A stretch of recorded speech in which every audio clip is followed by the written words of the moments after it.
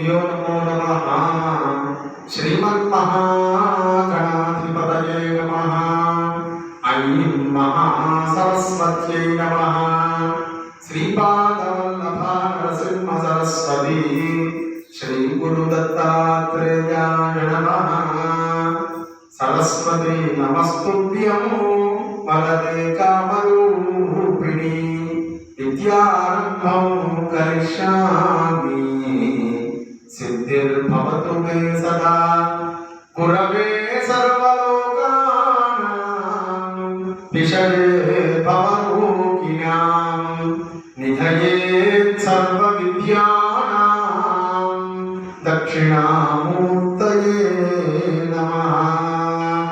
हर नमः पार्वतीपतये हर हर महादेव हर।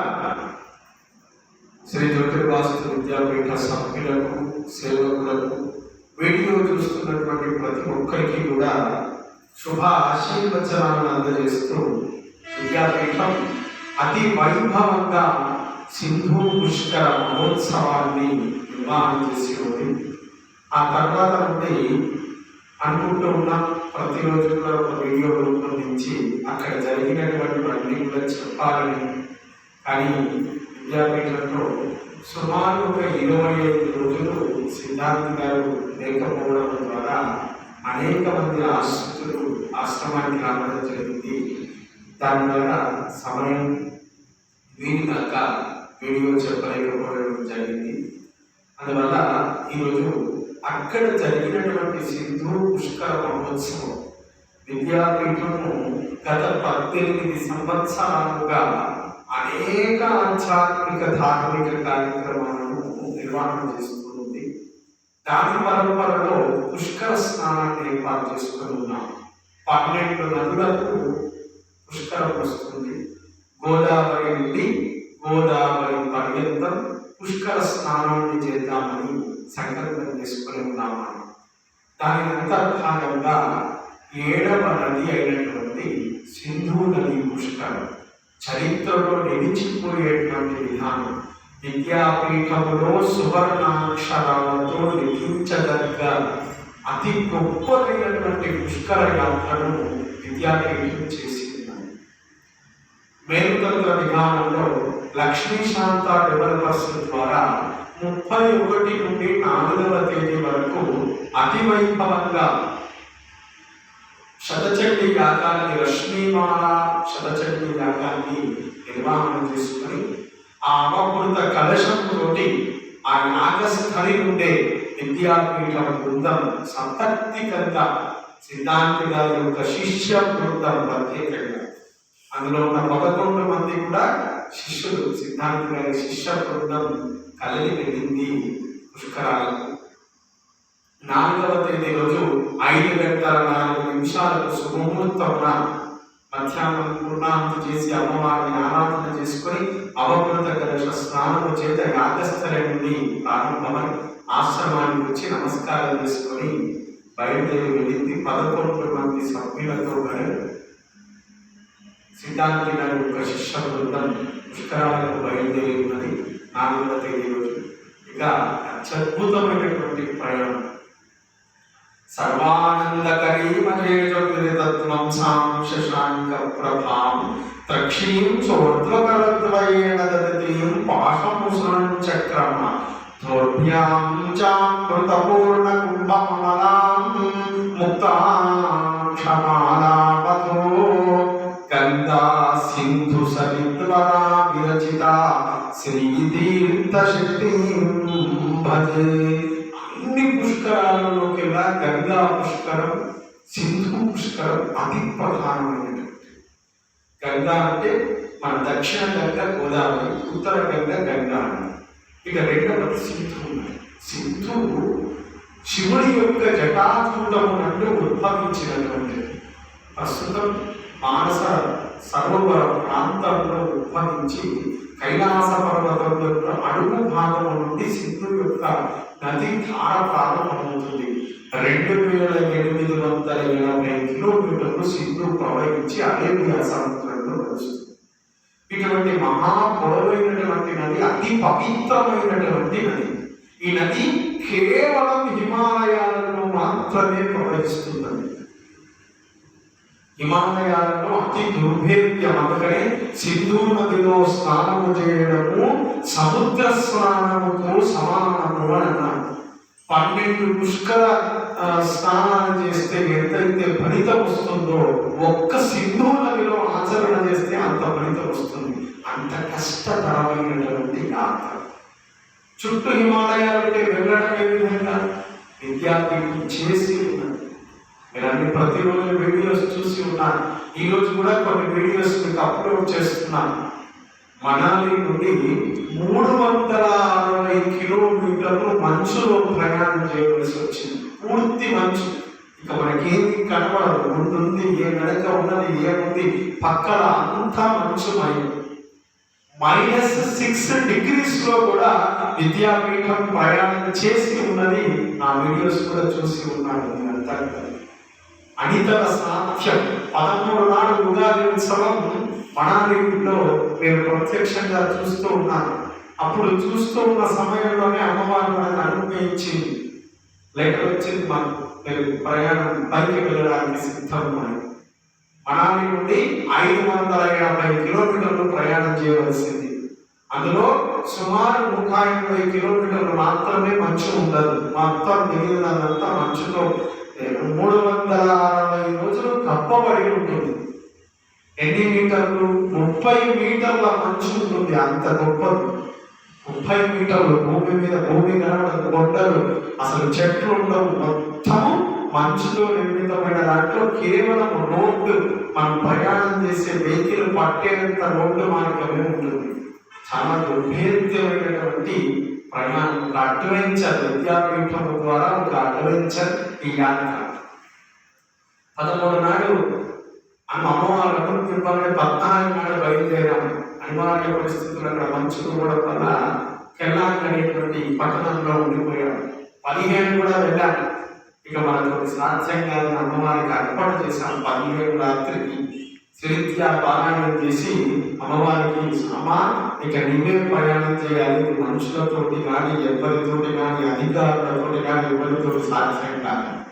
అమ్మ ఆశిస్సులు 16 నాడు కేవలం 10 బండ్లు మాత్రమే విడిచిపెట్టారు. అందులో మనదొకటి. ఎన్ని బండ్లు వెళ్ళాయి? కేవలం 10 బండ్లు మాత్రమే. ఈ 360 కిలోమీటర్లు ప్రయాణం చేసేటువంటి అనుజ్ఞ కలిగింది. చక్కగా 16 నాడు బయలుదేరాం. 17వ తేదీ ఉదయం 5:40కి లే లడక్ ప్రాంతాన్ని చేరుకుంది విద్యాపీఠం. 16వ తేదీ నుండి 17వ తేదీ వరకే సింధు యొక్క పుష్కరం. చూడండి అమ్మ దయ ఏ విధంగా. అవ్యాజ కరుణామూర్తి అజ్ఞానదీపిక. లలితా శాస్త్రనామంలో అమ్మవారి పేరు చెప్తారు. ఏమని అంటే అవ్యాజ కరుణామూర్తి. చక్కగా ఈ శరీరాన్ని విడిచిపెట్టి అమ్మను ధ్యానిస్తే ఏదైనా చేసి ఇస్తుంది అమ్మ. మన విద్యాపీఠంలో ప్రతి క్షణం మనతో ఉండి కాపాడుతుంది నిర్విరాగంగా ఆ అమ్మ. మనతో పాటు ప్రయాణం చేసింది. చక్కగా 16వ తేదీ రోజు కేవలం అక్కడ ఎస్పీ గారు వచ్చి నమస్కారం చేశారు. స్వామి సాధ్యం కానటువంటిది సాధ్యం అవుతుంది అంటే అనేది అసాధ్యము సాధ్యము చేయు సుస్థిర సంకల్పమా జ్యోతిర్మాస్తు పీఠమా ముక్తికి సోపానమా. అది అసాధ్యమైనటువంటిది ప్రయాణం నీకు మాత్రమే సాధ్యమవుతుందని ఆయన నమస్కారం చేశారు అమ్మవారికి. అట్లా మనకి 16వ తేదీ అమ్మవారు వెళ్ళే అవకాశం ఇచ్చింది. వెళ్ళాం. 17వ తేదీ నాడు తీర్థ స్నానం మహాత్యద్భుతంగా జరిగింది. ఇక్కడ వచ్చే 11 మంది నీళ్లలో 3.5 గంటలు నిలబడ్డారు. అసలు స్పర్శ ఉండదు. మొత్తం 0 డిగ్రీ సెంటీగ్రేడ్. ఏమి మొత్తం మంచి నీళ్ళే, మంచు నీళ్ళు మొత్తం. అయినా ఏ ఒక్కరికి కానీ జలుబు కానీ దగ్గు కానీ ఎటువంటివి కానీ లేకుండా 3.5 గంటలు మహాతీర్థ స్నానం నేనంతా చూసి ఉన్నాను. వీడియో చూసి ఉన్నాను. పూర్తి చేసుకున్నాను. 18, 19 అక్కడే ఉన్నాను. 24 మంది వాళ్ళే ఫోన్ చేశారు. 11:30 ప్రాంతంలో ఫోన్ చేశారు. ఈ ఒక్కరోజు మాత్రమే మంది ఓపెన్ అవుతుంది స్వామి, 2 గంటల వరకే అవకాశం ఉన్నది, మీరు వెళ్ళిపోవాలి అని. అనుకోకుండా మా మా డ్రైవర్ మాట్లాడేది కూడా మీరు విన్నారు. కేవలం అమ్మవారి దయ అంతే. చూడండి చెప్తాను నేను. 11:30 ఇక్కడ ప్రారంభమయ్యాం. ఉప్షి అనేటువంటి దగ్గర సుమారు 58 కిలోమీటర్లు ప్లేన్ నుండి ప్రయాణించిన తర్వాత అక్కడ చెక్ పోస్ట్, దానికి 2 గంటల కరెక్ట్ 2 గంటల 4 నిమిషాలకు చేరాం. అప్పటికే మా ముందు 10 బండ్లు విడిచిపెట్టారు. మాది 11వ బండి. మా దాన్ని కూడా 2 గంటల 4 నిమిషాలకు విడిచిపెట్టారు. అదే చివరి బండి. మళ్ళీ మే 21 వరకు రోడ్డును క్లోజ్ చేశారు. కేవలం అమ్మవారి యొక్క అనుజ్ఞ ద్వారానే అమ్మవారే వెళ్ళింది, చక్కగా అమ్మవారే వచ్చేసింది. మా 10 బండ్లే అక్కడికి వెళ్ళడం, 11 బండ్లే ఇక్కడికి రావడం అనేటువంటిది జరిగినటువంటి యథార్థ సత్యం. చక్కగా అక్కడి నుండి ప్రారంభమైతే 22 నాడు రాత్రికి అమ్మవారి ఆశ్రమానికి వచ్చేసింది. 24 రాత్రికి బయలుదేరితే 22 నాడు రాత్రికి వచ్చేస్తున్నది. చక్కగా 24 పొద్దున 11:30 బయలుదేరితే 22 నాడు రాత్రికి, గురువారం నాడు రాత్రికి 10 గంటలకు లేనుండి 2780 కిలోమీటర్లు చక్కగా విశ్రాంతంగా. ఏ లాక్డౌన్ ఉంది, బయట పరిస్థితి అంతా కూడా తెలుసు, అయినా ఎవ్వరికి ఎటువంటి ఇబ్బంది లేకుండా ఆశ్రమానికి చేర్చింది అమ్మ. అందరి యొక్క అనుగ్రహం. భక్తులందరూ కూడా చక్కగా ఉత్సాహవంతంగా అందరూ కూడా స్వామివారి అతి తొందరగా ఏదో జరిగింది, ఏదో అన్న అపోహలు చాలా మందికి వచ్చి ఉన్నాయి. అటువంటివి ఏమీ లేవు. చాలా చక్కగా అమ్మవారు ప్రతి క్షణం మనల్ని కాపాడుతూ ఆ మహాయాత్ర దిగ్విజయంగా అయ్యే విధానంలో మనకు అమ్మవారు నిర్ణయించుకున్నది. సింధు జలం కూడా తీసుకొని రావడం జరిగింది. ఆశ్రమంలో ఉంది. ఎవరికి ఎప్పుడు వీలైతే అప్పుడు ఆశ్రమానికి వచ్చి తీసుకొని వెళ్ళవలసిందిగా ప్రతి ఒక్కరికి కూడా సూచిస్తూ, అదే విధానంలో ఇక బయట పరిస్థితి పాపం మన సభ్యుల కుటుంబం వాళ్ళకు, అనేక మందికి ఆశ్రితులకు, తెలిసిన వాళ్ళకు ఈ కరోనా అనేటువంటి వ్యాధి బాగా ఇబ్బంది చేస్తుంది. దాని ద్వారా స్వర్గస్థులైనటువంటి వారు మన రవీందర్ గారు, మన కట్కం శ్రీనివాస్ గారు చాలా బాధాకరమైనటువంటి వాళ్ళిద్దరు విద్యాపీఠానికి అవిరళ కృషి చేసేటువంటి వారు.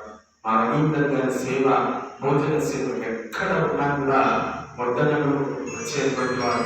మన పాదయాత్రగా నడిచారు. అనేక సేవా కార్యక్రమాలు చేసి అమ్మవారిలో ఐక్యమయ్యారు. అదేవిధంగా శ్రీనివాస్ గారు చాలా గొప్ప వ్యక్తి. ఒక మహాదేవాలయాన్ని సంగారెడ్డిలో నిలిపినది.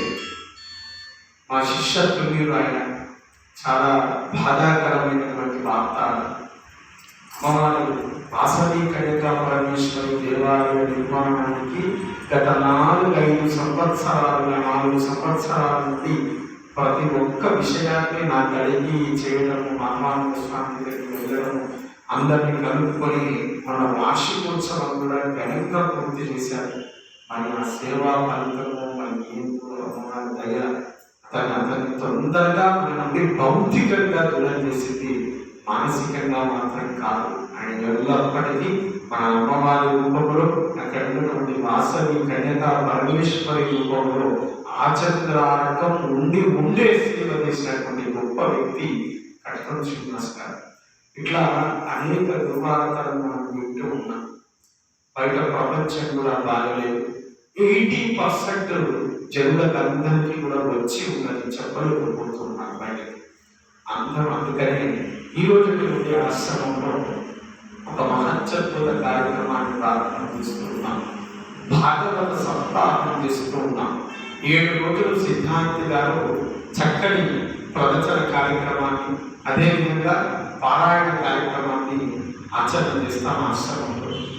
ఎవ్వరూ ఎట్టి పరిస్థితులలో ఆశ్రమానికి రాకూడదు. అందరూ మీ ఇంటి దగ్గరనే ఉండాలి. ఎండలు కూడా మండిపోతున్నాయి బాగా, కాబట్టి చక్కగా ఇంటి దగ్గరనే ఉండండి. సాయంకాలం 6 నుండి 7 గంటల వరకు లైవ్ వస్తుంది. ఫేస్బుక్ ద్వారా లైవ్ వస్తుంది. భాగవత ప్రవచనం వినండి. అందరూ భగవంతుడిని వేడుకోండి. ఈ వ్యాధి నుండి మనమే కాపాడుకోవాలి కాబట్టి కాపాడుకుందాం. భగవంతుని సేవ చేద్దాం అందరం కలిసి. వ్యాధిని ప్రపంచం నుండి వెళ్ళిపోవాలని భగవంతుడిని ప్రార్థిద్దాం. మన మనుష్యుల యొక్క మనుగడనే కష్టమవుతుంది. వ్యాధి బయటకు వెళ్ళలేదు, ఎవరికి ఉందో తెలియదు, ఎవరికి లేదో తెలియదు, ఎక్కడికి వెళ్ళాలన్న భయంతో జీవితం జీవించుంటుంది. భయం మనిషిని చంపేస్తుంది. కాబట్టి భయరహితులు కావాలంటే వ్యాధి దూరం కావాలి. అందువల్ల వ్యాధి అతి తొందరగా దూరం కావాలని మనం అందరం వేడుకునేటువంటి ప్రయత్నమే ఈ విద్యాపీఠం ద్వారా చేస్తున్నటువంటి ఈ ప్రయత్నం. కనుక తప్పకుండా ఎవరైనా విద్యాపీఠ కార్యవర్గ సభ్యుల దగ్గర నుండి సూచన, ఎవ్వరూ ఆశ్రమానికి ఎట్టి పరిస్థితులలో రాకూడదు. ఇక్కడ ప్రవచన కార్యక్రమం, సప్తాహ కార్యక్రమం అంత లైవ్లో వస్తూ ఉంటుంది. మీకు అన్ని వీడియోస్ పెట్టడం జరుగుతుంది. ప్రశాంతంగా ఆశ్రమానికి లాక్ వేసి ఉంచాం. ఏదో జరిగింది అనుకోకండి మళ్ళా. ఎందుకంటే మనిషి మంచి ఎంత ఆలోచిస్తాడు, చెడు అంతకంటే ఎక్కువ ఆలోచిస్తాడు. అందరి శ్రేయస్సు కోసం చేస్తూ ఉన్నటువంటి. కాబట్టి ఎప్పటికీ ఏమీ లేదు. అందరు సిద్ధాంతి గారి దగ్గర నుండి ప్రతి ఒక్కరూ చాక్షేమంగా ఉన్నారు. అందరూ గుర్తుంచుకోండి. మన సేవక వర్గంగా, మన బంధువర్గంగా, మిత్రువర్గంగా అందరూ చాలా చక్కగా ఉన్నారు. చక్కగా ఉండాలన్న ప్రయత్నమే ఈ భాగవత మహాపురాణం ద్వారా అమ్మవారిని నేర్చుకోవడం జరుగుతుంది. చక్కగా లైవ్లో వస్తుంది, పారాయణం వస్తుంది లైవ్లో, అదేవిధంగా ప్రవచనం వస్తుంది. వినండి, తరించండి. మీ కుటుంబంలోనే, మీ గృహంలోనే ఉండండి, బయటకు వెళ్ళకండి. ఈ 7 రోజులు అతి ప్రధానమైనటువంటిది.